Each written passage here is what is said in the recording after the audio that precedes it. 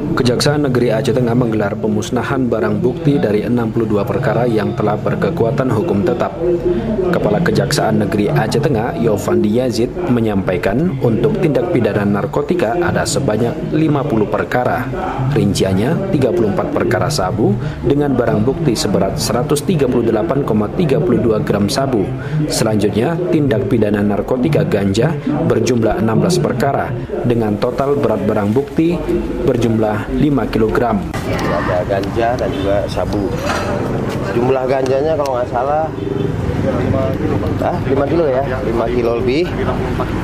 5 kilo 94 gram. Kemudian sabu jumlahnya 138 gram. Selain ganja dan sabu, pantauan RRI, sejumlah barang bukti lainnya juga turut dimusnahkan, termasuk sejumlah ponsel dan khamar atau minuman keras sebanyak 2 dus. Proses pemusnahan barang bukti tersebut dilaksanakan di kantor kejaksaan setempat.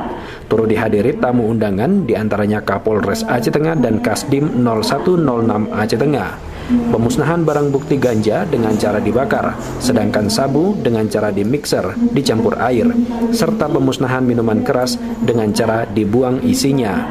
Satiran, RRI Takengon melaporkan.